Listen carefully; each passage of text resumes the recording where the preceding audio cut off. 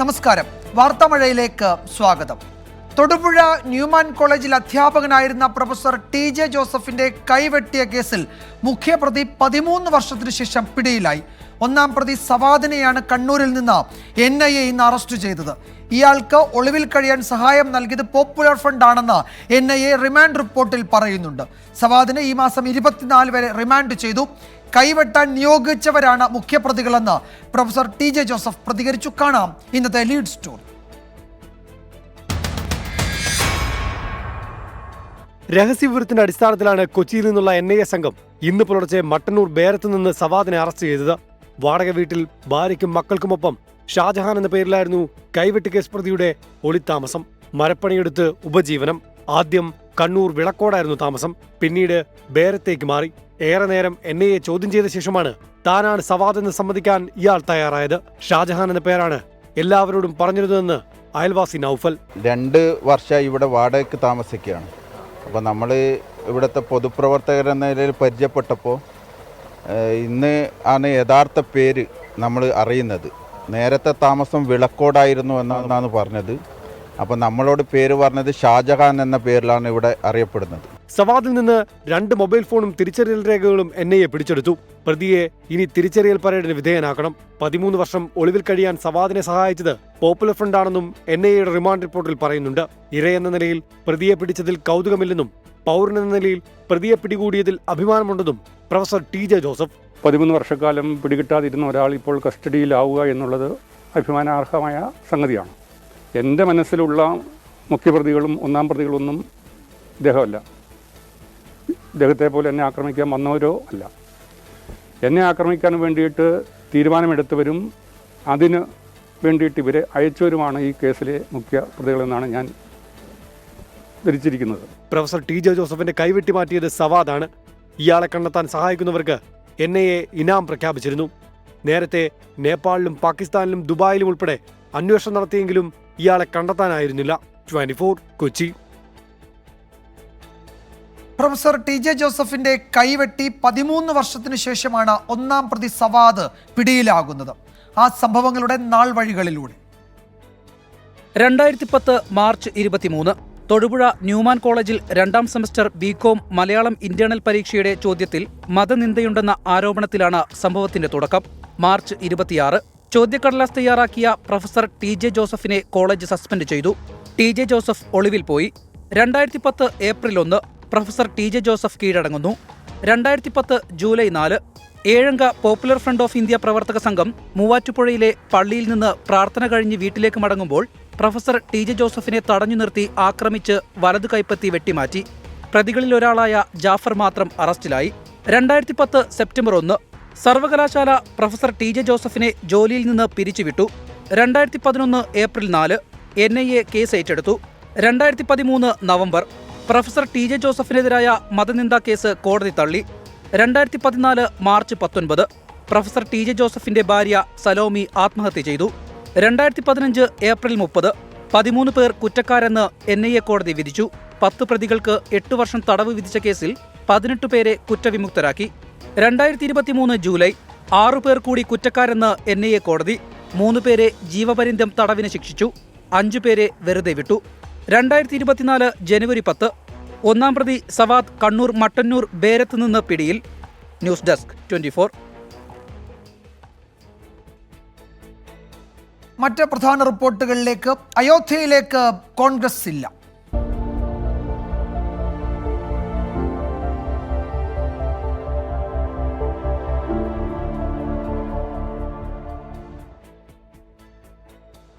അയോധ്യ രാമക്ഷേത്ര പ്രതിഷ്ഠാ ചടങ്ങിൽ കോൺഗ്രസ് നേതാക്കൾ പങ്കെടുക്കില്ല. BJP ചടങ്ങ് രാഷ്ട്രീയവൽക്കരിക്കുന്നുവെന്ന വിലയിരുത്തലിലാണ് AICCയുടെ തീരുമാനം. തെരഞ്ഞെടുപ്പിനുള്ള BJPയുടെ കേളികൊട്ടാണ് ക്ഷേത്രോദ്ഘാടനമെന്ന് AICC general secretary KC Venugopal പറഞ്ഞു. തീരുമാനത്തിൽ കോൺഗ്രസിന് പശ്ചാത്തപിക്കേണ്ടി വരുമെന്ന് BJP നേതാക്കൾ പ്രതികരിച്ചു. ദിവസങ്ങൾ നീണ്ട അഭ്യൂഹങ്ങൾക്കൊടുവിലാണ് അയോധ്യ രാമക്ഷേത്ര പ്രതിഷ്ഠാ ചടങ്ങിൽ പങ്കെടുക്കില്ലെന്ന് കോൺഗ്രസ് ഔദ്യോഗികമായി അറിയിച്ചത്.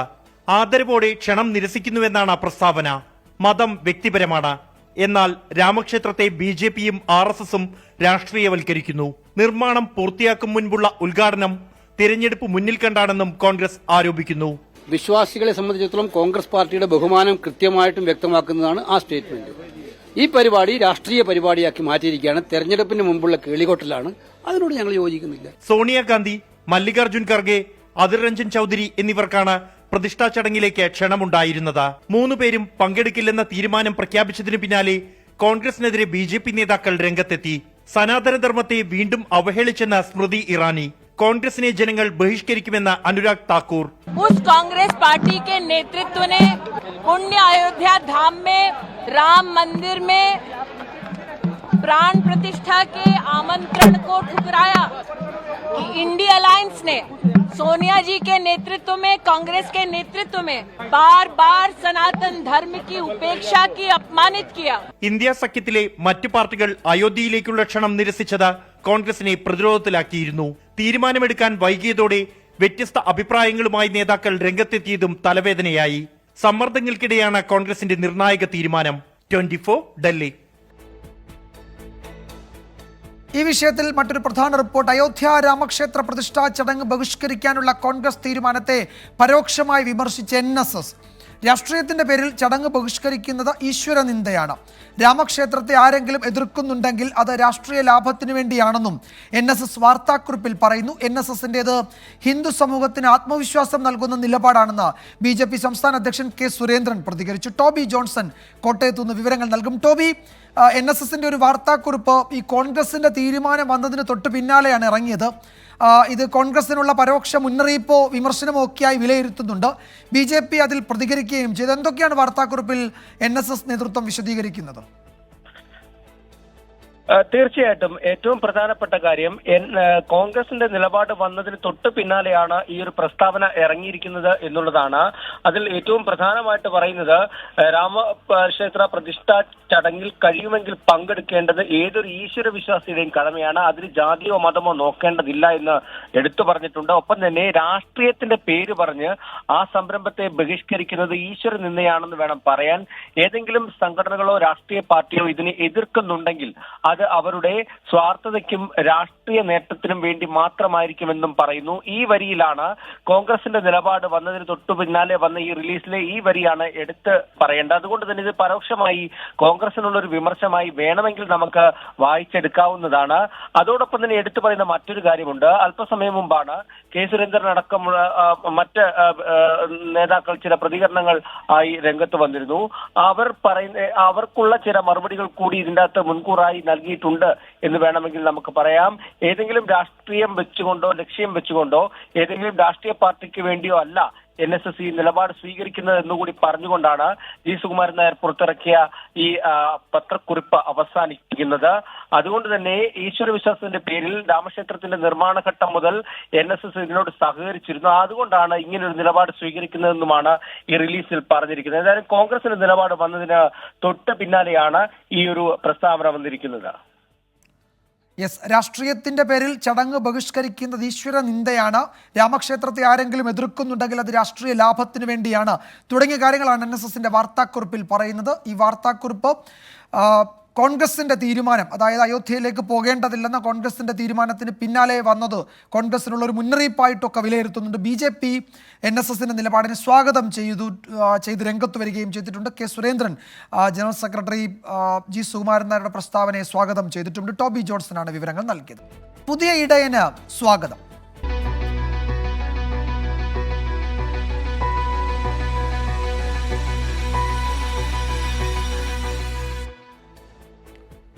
മാർ റാഫേൽ തട്ടിൽ സിറോ മലബാർ സഭയുടെ പുതിയ അധ്യക്ഷൻ. കാക്കനാട് സെന്റ് തോമസ് മൗണ്ടിൽ ചേർന്ന സിനഡാണ് പുതിയ മേജർ ആർച്ച് ബിഷപ്പിനെ തെരഞ്ഞെടുത്തത്. നാളെയാണ് സ്ഥാനാരോഹണം. സിറോ മലബാർ സഭയുടെ 4ാമത്തെ മേജർ ആർച്ച് ബിഷപ്പായി ശംഷാബാദ് രൂപതയുടെ മെത്രാനായ മാർ റാഫേൽ തട്ടിൽ പിതാവ് തെരഞ്ഞെടുക്കപ്പെട്ടിരിക്കുന്നു എന്ന സന്തോഷ വാർത്ത അറിയിച്ചു. തൃശൂർ സ്വദേശിയായ മാർ റാഫേൽ തട്ടിൽ കർദിനാൾ മാർ ജോർജ് ആലഞ്ചേരിയുടെ പിൻഗാമിയായാണ് സീറോ മലബാർ സഭയുടെ അധ്യക്ഷ സ്ഥാനത്തേക്ക് എത്തുന്നത്. ജോർജ് ആലഞ്ചേരി സ്ഥാനമൊഴിഞ്ഞതിന് പിന്നാലെ ചേർന്ന സിനഡിൽ ഇന്നലെ നടന്ന വോട്ടെടുപ്പിൽ 2ാം റൗണ്ടിലാണ് റാഫേൽ തട്ടിലിന് 3-2 ഭൂരിപക്ഷം ലഭിച്ചത്. എല്ലാവരെയും ചേർത്തു നിർത്തി മുന്നോട്ടു പോകുമെന്ന് നിയുക്ത സഭാധ്യക്ഷൻ വ്യക്തമാക്കി. ഒരു പ്രതിസന്ധിയും അവസാനമല്ല, എല്ലാ പ്രതിസന്ധികളും ചക്രവാളങ്ങളാണ്. ഒരു സൂര്യോദയമാണിത്. അതുകൊണ്ട് എല്ലാ പ്രതിസന്ധികളിൽ നിന്നും ഒരു പുതിയ ഉദയം ഉണ്ടാകുമെന്ന് ഞാൻ വിശ്വസിക്കുന്നു. ഉറപ്പ്, അതാണ് എൻ്റെ മനസ്സിലുള്ള സ്വപ്നം. സിനഡിലെ മറ്റു മെത്രാൻമാർ, വൈദികർ, ഓർത്തഡോക്സ് സഭാധ്യക്ഷൻ മാർ ബെസേലിയോസ് മാത്യൂസ് തൃതീയൻ കാത്തോലിക്ക ബാവ, മന്ത്രി റോഷി അഗസ്റ്റിൻ, ജോസ് കെ മാണി MP എന്നിവർ മാർ റാഫേൽ തട്ടിലിന് ആശംസ അറിയിച്ചു. മാർ റാഫേൽ തട്ടിലിന്റെ സ്ഥാനലബ്ധിയിൽ സന്തോഷവും അഭിമാനവുമെന്ന് സഹോദരൻ ജോൺ തട്ടിൽ 24-നോട് പറഞ്ഞു. നാളെ ഉച്ചയ്ക്ക് 2:30 കാക്കനാട് മൗണ്ട് സെന്റ് തോമസിൽ മേജർ ആർച്ച് ബിഷപ്പിന്റെ സ്ഥാനാരോഹണ ചടങ്ങുകൾ നടക്കും. പുതിയ അധ്യക്ഷന്റെ നേതൃത്വത്തിൽ സിനഡ് നാളെ മുതൽ സഭയിലെ മറ്റു വിഷയങ്ങൾ ചർച്ച ചെയ്യും. 24 കൊച്ചി. സിറോ മലബാർ സഭയിലെ കുർബാന തർക്കമടക്കമുള്ള വിഷയങ്ങളിൽ മാർ റാഫേൽ തട്ടിൽ നീതിയുക്തമായി ഇടപെടുമെന്നാണ് പ്രതീക്ഷയെന്ന് അൽമായ മുന്നേറ്റം. പുതിയ നേതൃത്വം വിശ്വാസികളെ കേൾക്കാൻ തയ്യാറാകണമെന്നും അൽമായ മുന്നേറ്റം പ്രതിനിധി റിജു കാഞ്ഞൂക്കാരൻ 24-നോട് പറഞ്ഞു. എറണാകുളം അങ്കമാലി അതിരൂപതയിലെ സങ്കീർണമായ പ്രശ്നങ്ങൾ പരിഹരിച്ചാൽ മാത്രമേ പുതിയ നേതൃത്വവുമായി സഹകരിക്കൂവെന്ന് വിമത വിഭാഗം വൈദികൻ ഫാദർ ജോസ് വൈലിക്കോടത്ത് വ്യക്തമാക്കി. എറണാകുളം അതിരൂപത നേരിടുന്ന വൈഷമ്യങ്ങളെ നേരിട്ടറിഞ്ഞുകൊണ്ട് എറണാകുളം അതിരൂപതയുടെ പ്രശ്നങ്ങളെ കൃത്യമായി അന്വേഷിച്ച് മനസ്സിലാക്കി അതിൽ ഒരു നീതിപൂർവമായ തീരുമാനമെടുക്കുവാൻ അദ്ദേഹത്തിന്റെ ഭാവി പരിപാടികളിൽ അദ്ദേഹം ഇടപെടുമെന്ന് തന്നെയാണ് വിശ്വസിക്കുന്നത്. പരിശുദ്ധാത്മാവിന്റെ നിറവിൽ വൈദികരെ, സന്യസ്തരെ, അൽമായരെ കേട്ടുകൊണ്ടായിരിക്കണം പുതിയ മേജർ ആർച്ച് ബിഷപ്പ് അഭിമന്യ റാഫേൽ തട്ടിൽ പിതാവ് പ്രശ്നങ്ങൾക്കെല്ലാം പരിഹാരം കണ്ടെത്തേണ്ടത്. സങ്കീർണങ്ങളായ ഒരുപാട് പ്രശ്നങ്ങൾ അതിരൂപതയിലുണ്ട്. അവയെല്ലാം പരിഹരിക്കുന്നതിനനുസരിച്ചായിരിക്കും ഈ അതിരൂപതയിലെ വൈദികരും സന്യസ്തരും അൽമായരും ഈ പുതിയ സാരഥിക്ക് സഹകരണം കൊടുക്കുക. മറ്റു റിപ്പോർട്ടുകളിലേക്ക്. ന്യായയാത്രയ്ക്ക് മണിപ്പൂരിൽ നിബന്ധന.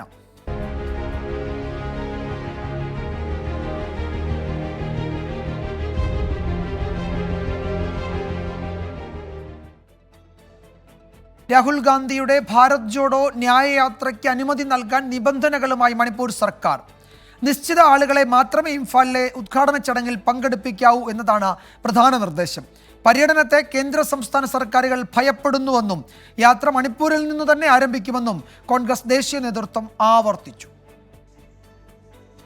വടക്കുകിഴക്കൻ മണ്ണിനേറ്റ് മുറിവുണക്കാനാണ് ഭാരത് ജോഡോ ന്യായയാത്ര മണിപ്പൂരിൽ നിന്ന് ആരംഭിക്കുന്നതെന്നായിരുന്നു കോൺഗ്രസ് വിശദീകരണം. സുരക്ഷാ കാരണങ്ങൾ മുൻനിർത്തി മണിപ്പൂർ സർക്കാർ സുരക്ഷാ ഏജൻസികളോട് റിപ്പോർട്ട് തേടി. ഉപാധികളോടെയാണ് മണിപ്പൂർ സർക്കാർ അനുമതി നൽകിയതെന്ന് സംഘടനാ ജനറൽ സെക്രട്ടറി KC വേണുഗോപാൽ വ്യക്തമാക്കി. Yatra is going to be a big success. Like Bharat Jodo yatra, this yatra is also going to be a historic one, massive one. That type of arrangements is going on everywhere. യാത്രയുടെ ഉദ്ഘാടന വേദിയായ palace ഗ്രൗണ്ടിൽ മുഖ്യമന്ത്രി ബിരേൻ സിംഗിന്റെ പരിപാടിയുണ്ടെന്ന് അറിയിച്ചതായും ഉദ്ഘാടന വേദി മാറ്റുന്നത് കോൺഗ്രസിന്റെ പരിഗണനയിലുണ്ടെന്നും ദേശീയ നേതൃത്വം വ്യക്തമാക്കി. യാത്ര മണിപ്പൂരിലെ ജനങ്ങൾക്ക് വേണ്ടിയുള്ള പോരാട്ടമാണെന്നും സംസ്ഥാനത്ത് യാത്രയുമായി മുന്നോട്ടു പോകുമെന്നും കോൺഗ്രസ് അറിയിച്ചു. 24 ഡൽഹി. സ്പീക്കറുടെ വിധി ഷിൻഡേക്ക് അനുകൂലം.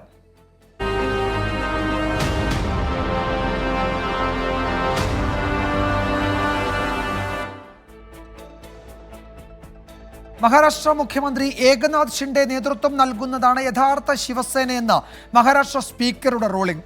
സുപ്രീം കോടതി നിർദ്ദേശപ്രകാരമാണ് സ്പീക്കർ രാഹുൽ നർവേക്കർ തീരുമാനമെടുത്തത്. വീണ്ടും സുപ്രീം കോടതിയെ സമീപിക്കുമെന്ന് ഉദ്ധവ് താക്കറെ പ്രതികരിച്ചു. മുഖ്യമന്ത്രി ഏകനാഥ് ഷിൻഡെയെയും 16 MLA-മാരെയും അയോഗ്യരാക്കണമെന്ന ആവശ്യം മഹാരാഷ്ട്ര സ്പീക്കർ രാഹുൽ നർവേക്കർ തള്ളി. ഏകനാഥ് ഷിൻഡെയെ ശിവസേനയിൽ നിന്നും പുറത്താക്കാൻ ഉദ്ധവ് താക്കറെയ്ക്ക് അധികാരമില്ലെന്ന് സ്പീക്കർ വിലയിരുത്തി. ഷിൻഡെ പക്ഷമാണ് യഥാർത്ഥ ശിവസേന. പാർട്ടിയുടെ നേതാവായി ഏകനാഥ് ഷിൻഡെയെ അംഗീകരിക്കുന്നതായും സ്പീക്കർ വ്യക്തമാക്കി. I am of the view that non-attendance of party meetings, including legislature party meetings, would not attract disqualification under paragraph 21A. ശിവസേനയിലെ ഇരുവിഭാഗങ്ങളും തെരഞ്ഞെടുപ്പ് കമ്മീഷൻ നൽകിയ പാർട്ടി ഭരണഘടന വ്യത്യസ്തമായിരുന്നു. കേന്ദ്ര തെരഞ്ഞെടുപ്പ് കമ്മീഷൻ നൽകിയ 1999 ഭരണഘടനയ്ക്കാണ് അംഗീകാരമുള്ളതെന്നും സ്പീക്കർ വ്യക്തമാക്കി. യഥാർത്ഥ ശിവസേന ഷിൻഡെയുടേതെങ്കിൽ എന്തുകൊണ്ട് തങ്ങളെ അയോഗ്യരാക്കുന്നില്ലെന്നും വിധിക്കെതിരെ സുപ്രീം കോടതിയിൽ പോകുമെന്നും ഉദ്ധവ് താക്കറെ പ്രതികരിച്ചു. മഹാരാഷ്ട്രയിലെ ജനാധിപത്യത്തെ കശാപ്പ് ചെയ്തതായി മഹാ അഘാടി സഖ്യം പ്രതികരിച്ചു. ഉദ്ധവ് താക്കറെ പക്ഷപ്രവർത്തകർ വിധിക്കെതിരെ മുംബൈയിൽ പ്രതിഷേധിച്ചു. 24 ഡൽഹി.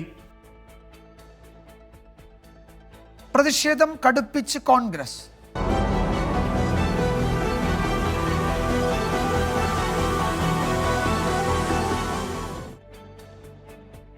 യൂത്ത് കോൺഗ്രസ് സംസ്ഥാന അധ്യക്ഷൻ രാഹുൽ മാങ്കൂട്ടത്തിലിനെ അറസ്റ്റ് ചെയ്തതിൽ പ്രതിഷേധിച്ച് യൂത്ത് കോൺഗ്രസ് നടത്തിയ സെക്രട്ടേറിയറ്റ് മാർച്ചിൽ സംഘർഷം.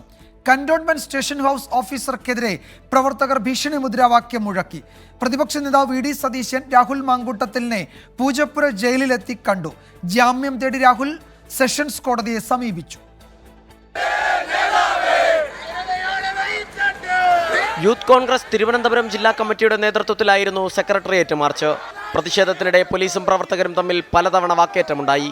3 തവണ ജലപീരങ്കി പ്രയോഗിച്ചു. കഴിഞ്ഞ ദിവസം രാഹുൽ മാങ്കൂട്ടത്തിൽ കയർത്ത കന്റോൺമെന്റ് SHO BM ഷാഫിക്കെതിരെ പ്രവർത്തകർ പ്രകോപന മുദ്രാവാക്യം വിളിച്ചു.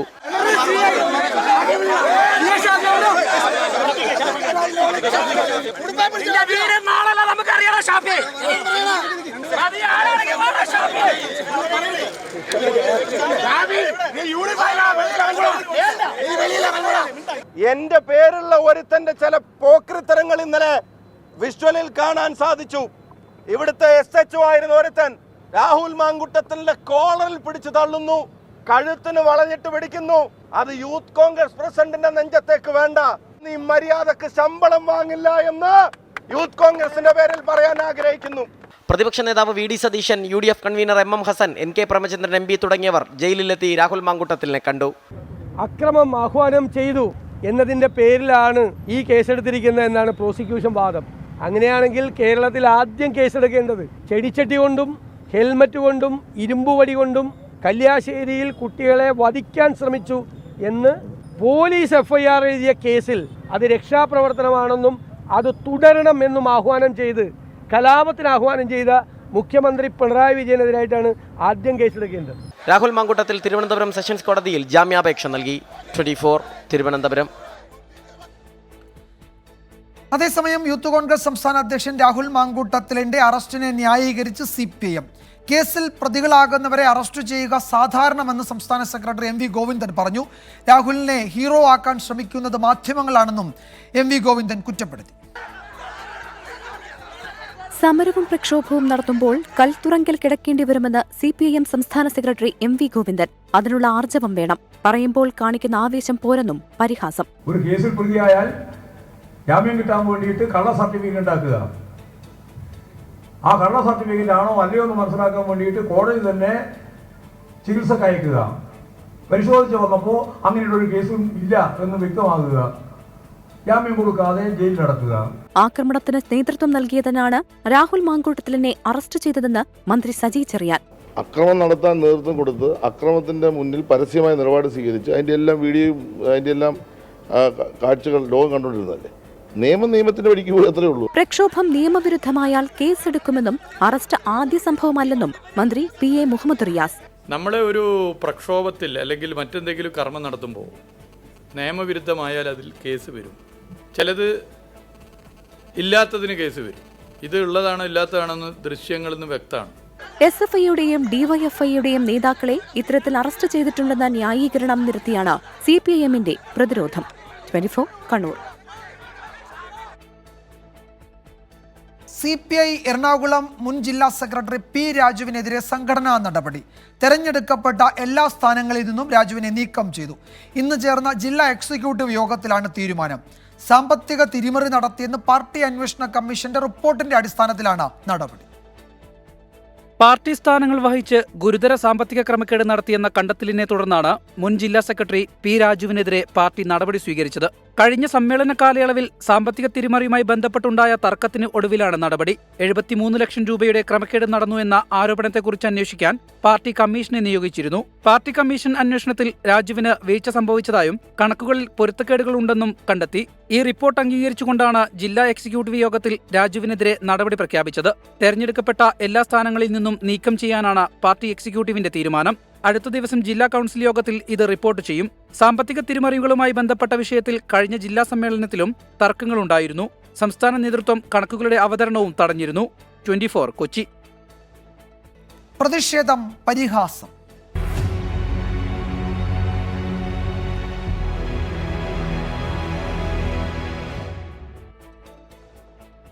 കോൺഗ്രസ് നേതാവായിരുന്ന PT മോഹനകൃഷ്ണൻ അനുസ്മരണ പരിപാടിയിൽ പങ്കെടുത്ത് governor Arif Mohammad Khan.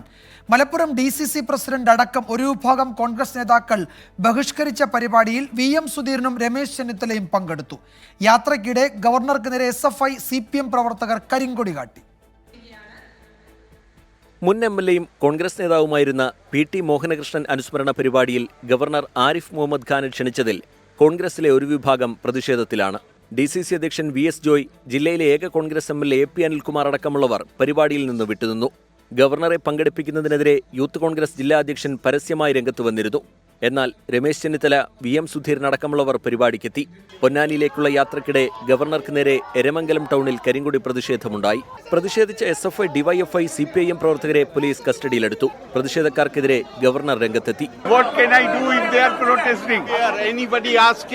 That the car has been damaged and court has taken cognizance. 24 Tirur. ലോകത്തെ ഏറ്റവും വലിയ സാമ്പത്തിക ശക്തികളുടെ പട്ടികയിൽ ഇന്ത്യ എത്തുന്നത് അന്താരാഷ്ട്ര തലത്തിൽ വാണിജ്യ വ്യവസായ സൗഹൃദ അന്തരീക്ഷം കൂടുതൽ ശക്തമാക്കുമെന്ന് പ്രധാനമന്ത്രി. വൈബ്രന്റ് ഗുജറാത്ത് ഉച്ചകോടിയുടെ 10ാം പതിപ്പ് ഉദ്ഘാടനം ചെയ്യുകയായിരുന്നു അദ്ദേഹം. ആഗോള കമ്പനികളുടെ CEOമാരുമായി പ്രധാനമന്ത്രി കൂടിക്കാഴ്ച നടത്തും. ഉച്ചകോടിയിൽ UAE president Sheikh Mohammed bin Zayed Al Nahyan മുഖ്യാതിഥിയായി. UAE പ്രസിഡന്റിന്റെ സാന്നിധ്യം വലിയ നേട്ടമാണെന്ന് ആമുഖത്തോടെയാണ് പ്രധാനമന്ത്രി ഉദ്ഘാടന പ്രസംഗം ആരംഭിച്ചത്. विश्व समृद्धि और विश्व के विकास का बहुत बड़ा आधार है. आज भारत दुनिया की 5th लार्जेस्ट इकोनॉमी है. എല്ലാ മേഖലയിലും വികസനം നേടിയെടുക്കാൻ ഇന്ത്യക്ക് സാധിച്ചു. സ്വന്തം നേട്ടം മാത്രം നോക്കിയല്ല ഇന്ത്യയുടെ പദ്ധതികൾ. ലോകരാജ്യങ്ങൾ ഇന്ത്യയുടെ നേതൃത്വം ഇപ്പോൾ എല്ലാ മേഖലയിലും ആവശ്യപ്പെടുന്നത് ആശാവഹമാണ്. രാജ്യത്തെ പൗരന്മാരുടെ സ്വപ്നം വലുതാകുന്നതിനനുസരിച്ച് ഉയരാൻ തനിക്കും സാധിക്കുമെന്നും പ്രധാനമന്ത്രി പറഞ്ഞു. UAEയുടെ സഹായവും സഹകരണവും എല്ലാ മേഖലകളിലും ഇന്ത്യയിൽ വർദ്ധിപ്പിക്കുമെന്ന് UAE പ്രസിഡന്റ് വ്യക്തമാക്കി. അദാനി ഗ്രൂപ്പ് അടുത്ത 5 വർഷത്തിനുള്ളിൽ $24 ബില്യൺ ഗുജറാത്തിൽ നിക്ഷേപിക്കുമെന്ന് ഗൗതം അദാനി പറഞ്ഞു. ഇത് ഗുജറാത്തിൽ 1 ലക്ഷം തൊഴിലവസരങ്ങൾ സൃഷ്ടിക്കുമെന്നും അദ്ദേഹം പറഞ്ഞു. ജാംനഗറിൽ 5000 ഏക്കറിൽ ഗ്രീൻ എനർജി ഗിഗാ കോംപ്ലക്സ് സ്ഥാപിക്കുമെന്നും Reliance industries chairman Mukesh Ambani വ്യക്തമാക്കി. ഭാവിയിലേക്കുള്ള കവാടം എന്നതാണ് ഉച്ചകോടിയുടെ പ്രമേയം. ഈ വർഷത്തെ ഉച്ചകോടിയിൽ 34 പങ്കാളി രാജ്യങ്ങളും 16 പങ്കാളി സംഘടനകളുമാണ് പങ്കെടുക്കുന്നത്. 24 ഡൽഹി. പ്രധാനമന്ത്രി നരേന്ദ്രമോദിക്കെതിരായ മാലദ്വീപ് മന്ത്രിമാരുടെ വിവാദ പരാമർശത്തിന് പിന്നാലെ മാലദ്വീപിലെ ടൂറിസം മേഖലയിൽ വൻ ഇടിവ്. സഞ്ചാരികളുടെ ബുക്കിംഗിൽ 40% കുറവുണ്ടായതായി കമ്പനികൾ വ്യക്തമാക്കി. കൂടുതൽ സഞ്ചാരികളെ അയക്കണമെന്ന് മാലദ്വീപ് പ്രസിഡന്റ് മുഹമ്മദ് മുയ്സോ ചൈനയോട് അഭ്യർത്ഥിച്ചു. പ്രധാനമന്ത്രി നരേന്ദ്രമോദിയെ അവഹേളിച്ചുകൊണ്ടുള്ള മാലദ്വീപ് മന്ത്രിമാരുടെ പ്രസ്താവനയ്ക്കെതിരെ ബോയ്ക്കോട്ട് മാലദ്വീപ് പ്രചാരണം സമൂഹമാധ്യമങ്ങളിലൂടെ തുടരുകയാണ്. ഇതിനകം തന്നെ മാലദ്വീപിലേക്കുള്ള ഇന്ത്യൻ വിനോദസഞ്ചാരികളുടെ എണ്ണത്തിൽ വലിയ കുറവുണ്ടായതായാണ് കണക്കുകൾ സൂചിപ്പിക്കുന്നത്.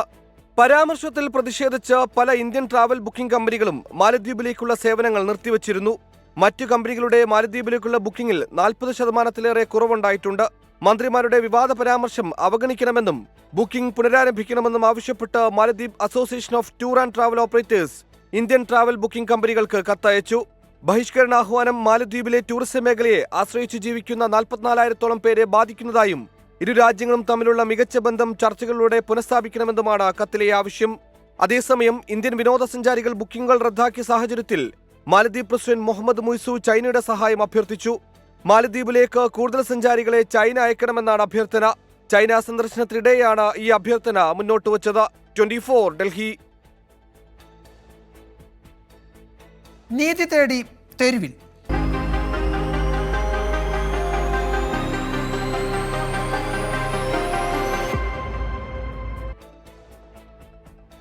തിരുവനന്തപുരം തിരുവല്ലത്തെ ഷഹ്നയുടെ ആത്മഹത്യയിൽ പ്രതികളെ പിടികൂടാത്തതിൽ സെക്രട്ടേറിയറ്റിന് മുന്നിൽ സത്യാഗ്രഹ സമരവുമായി കുടുംബം.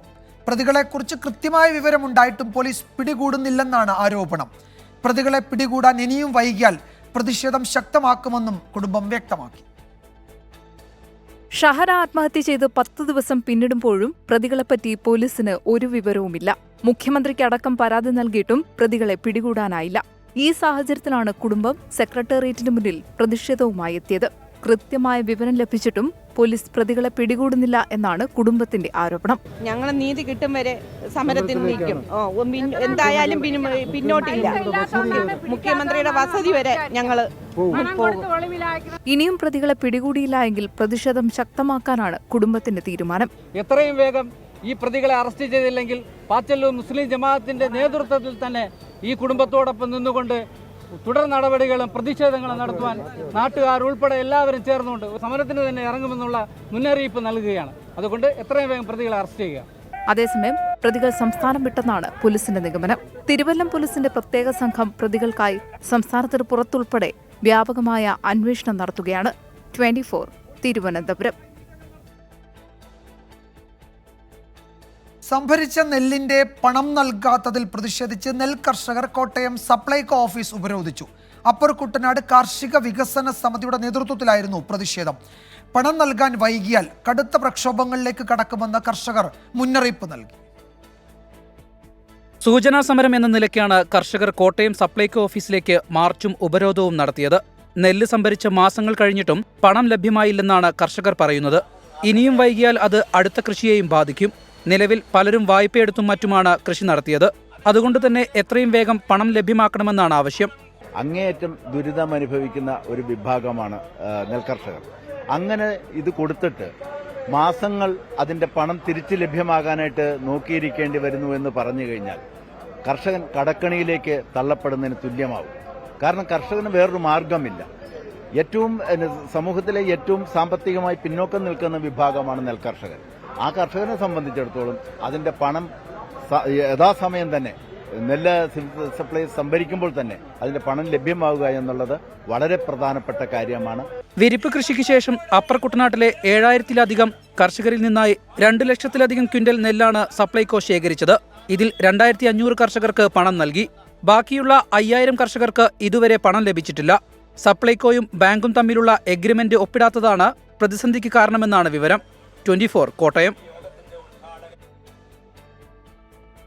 റിപ്പോർട്ടോടെ വാർത്താമഴ അവസാനിക്കുന്നു. നാളെ വീണ്ടും കാണാം. Good night.